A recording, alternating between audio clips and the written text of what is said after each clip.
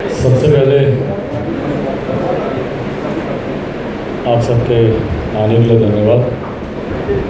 आज की press conference का विशेष उद्देश्य बिहार की जनता को बधाई देना और आयकर विभाग का धन्यवाद करना। आप सब जानते हैं कि एक लंबे समय से मैं निरंतर इस विषय को उठा रहा हूँ कि किस तरीके से 7 निश्चय में भ्रष्टाचार हुआ है और अब धीरे धीरे उसके प्रमाण भी हम लोग के सामने आने लग गए हैं। जिस तरीके से आयकर विभाग द्वारा ऐसे ठेकेदारों के ऊपर कार्रवाई की गई जो कहीं ना कहीं इस योजना से जुड़े हुए हैं और उनके यहाँ से जो जानकारी सामने आ रही है कि किस तरीके से बढ़ा चढ़ाकर बिल्स दिखाए गए, बोगस फॉर्म्स वहाँ से मिले हैं, कैश उनके पास से बरामद हुआ है, तो ये कहीं ना कहीं अपने में दर्शाता है कि जिस बात को मैं लंबे समय से कह रहा था और मुख्यमंत्री नीतीश कुमार जी जो बोलते हैं कि उनका ज़ीरो टॉलरेंस है करप्शन की तरफ। 3 बार मुख्यमंत्री प्रमुखता से हर बार बोलते हैं ज़ीरो टॉलरेंस करप्शन के लिए, ज़ीरो टॉलरेंस क्राइम के लिए, ज़ीरो टॉलरेंस कम्युनलिज्म के लिए, और इन तीनों जगह उनका टॉलरेंस ही दिखता है। ज़ीरो टॉलरेंस तो मुझे कहीं पर देखने को नहीं मिला। 7 निश्चय उनकी नाक के नीचे होता हुआ भ्रष्टाचार।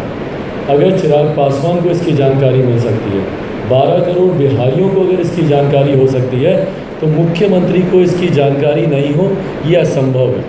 और इसीलिए मैं बार बार कहता रहा हूँ कि इस जांच की आँच अगर मुख्यमंत्री तक भी जाती है तो इसमें किसी को आश्चर्य नहीं होना चाहिए। और ये धीरे धीरे एक एक कर तथ्य सामने आने लग गए हैं। और इसीलिए मैं विशेष तौर पर धन्यवाद दूंगा आयकर विभाग का कि जिस तरीके से आयकर विभाग ने स्वतः इसके ऊपर कार्रवाई कर और क्योंकि ये बिहार में इतना चर्चित विषय है, मुझे कोई ऐसा मंच नहीं मिला, मुझे कोई ऐसा व्यक्ति नहीं मिला जहाँ पर लोग इस बारे में चर्चा नहीं कर रहे हो कि 7 निश्चय में कितना भ्रष्टाचार हुआ, कितना घोटाला हुआ।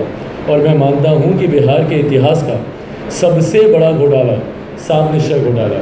और चिंता हम लोग की तब और ज़्यादा बढ़ जाती है जब 7 निश्चय पार्ट 2 लाने की बात की जाती है। मतलब एक तो पहले आपने भ्रष्टाचार किया इतने बड़े पैमाने पर और उसके बाद उस भ्रष्टाचार से भी आप संतुष्ट नहीं हुए, उससे भी आपका पेट नहीं भरा, तो आपने उसको और बढ़ाने का आपने बात की। आप 7 निश्चय पार्ट 2 की आप बात कर रहे हैं। पहले आप ये तो बताइए कि 7 निश्चय पार्ट 1 में जो आपने बातें की, जो आपने वादे की, कि आपने उनको पूरा किया, जिसमें प्रमुखता से नली गली नल जल योजना का जिक्र आप बार बार करते हैं। मुख्यमंत्री भी बार बार बोलते हैं कि हम लोग का इतना प्रतिशत काम हो गया, इतना प्रतिशत काम हो गया। बिहार की कोई एक विधानसभा मुझे दिखा दीजिए, आज विधानसभा के चुनाव चल रहे हैं, एक विधानसभा मुझे दिखा दीजिए जहाँ पे लोग खड़े होकर बोले कि हाँ भैया यहाँ पे काम हो गया। गुणवत्ता के साथ जिस तरीके से समझौता किया गया, जब मैं बिहारी बस यात्रा में जब मैं निकला भी था, जिस तरीके से गुणवत्ता के साथ समझौता किया गया, मुझे ग्रामीणों ने फटे हुए टैंकियाँ दिखाई, फटे हुए पाइप दिखाए कि भैया ये देखिए ये अभी लगा कर गया है और किस तरीके से फट रहा है। नल जल योजना की बात करते हैं, ना के बराबर अगर कहीं पे पाइप लगा है तो उसमें से पानी ना के बराबर आपको मिलेगा। नली गली की ये बात करते हैं, जिस तरीके से नली गली अधर में योजनाएं लटकी हुई हैं, मतलब बनी बनाई सड़क। कुछ लोग तो ये भी बोलते हैं ग्रामीण की भैया अच्छी खासी बनी हुई थी, इन्होंने इसको उभार दिया, अब इसके बाद अब कुछ कर नहीं रहे, अधर में लटकी हुई योजनाएँ। तो जिस तरीके से भ्रष्टाचार हुआ है और उसकी जाँच, मैंने हमेशा बोला है कि मैं उसकी जाँच करवाऊँगा। और जाँच के नाम मात्र से जिस तरीके से मुख्यमंत्री नीतीश कुमार जी बौखलाए, जिस तरीके से उसके बाद आप हर जगह देख रहे हो कि बॉडी लैंग्वेज हो, जिस तरीके से हर मन से उनको गुस्सा आता है, और उसके बाद जिस तरीके से वो व्यक्तिगत टिप्पणियों पर आ गए, व्यक्तिगत तौर पर जिस तरीके से निजी हमलों पर वो आ गए। भाई आप सवाल उठाइए ना, मैं तो आपकी नीतियों का सवाल उठा रहा हूँ। मैंने कब आपके ऊपर कोई व्यक्तिगत हमला किया, या मैंने कब आपको कहा कि आप व्यक्तिगत तौर पर आप ऐसे हैं या आपका पारिवारिक आपका ऐसा है? मैंने कभी किसी चीज़ को लेकर उंगली उठाई, और ये उठाई भी नहीं जानी चाहिए। इस संदर्भ में मैं इलेक्शन कमीशन को भी मैं लिख कर दूंगा, इस तरीके की व्यक्तिगत टिप्पणी आज की तारीख में, जब हम लोग बिहार विधानसभा के चुनाव हम लोग लड़ रहे हैं, पहले चरण का चुनाव हो गया, दूसरे और तीसरे चरण का चुनाव अभी बाकी है, तो मुद्दा सिर्फ और सिर्फ बिहार का विकास होना चाहिए।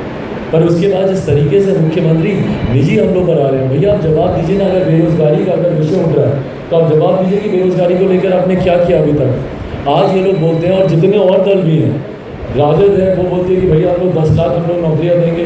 दूसरी तरफ भाजपा भारतीय जनता पार्टी जो इसी सरकार का हिस्सा रही है, ये लोग बोलते हैं हम लोग 19 लाख देंगे। भाई पिछले 5 साल में कभी ना कभी ये लोग सत्ता में रहे हैं।